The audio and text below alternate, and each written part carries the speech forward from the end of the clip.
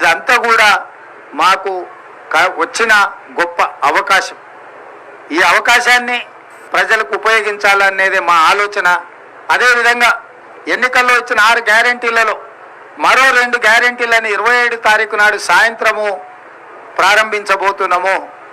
ప్రధానంగా 500 రూపాయలకే సిలిండర్ ఇచ్చే మహిళలకు చేయూతనిచ్చే విధంగా ఈరోజు సిలిండర్ 500 రూపాయలకి ఇచ్చే కార్యక్రమం.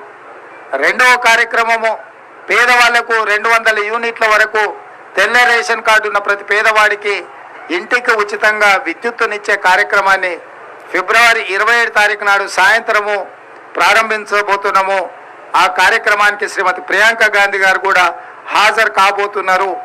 రాష్ట్రంలో ఉన్న చిక్కుముడులను అన్ని విప్పుకుంటూ ఒక్కొక్కటి పరిష్కరించుకుంటూ ప్రజలకు ఇచ్చిన హామీలను అమలు చేసుకుంటూ దాదాపుగా ఈరోజు ఉచిత బస్సు రవాణా సౌకర్యం కావచ్చు, లేకపోతే రాజీవ్ ఆరోగ్యశ్రీ ద్వారా 10 లక్షల రూపాయలు పేదలకు వైద్యానికి అందించడం కావచ్చు, ఇప్పుడు ప్రారంభించబోయే 500 రూపాయలకే సిలిండర్ కావచ్చు, అదేవిధంగా 200 యూనిట్ల వరకు ఇంటికి ఉచిత కరెంటు కావచ్చు.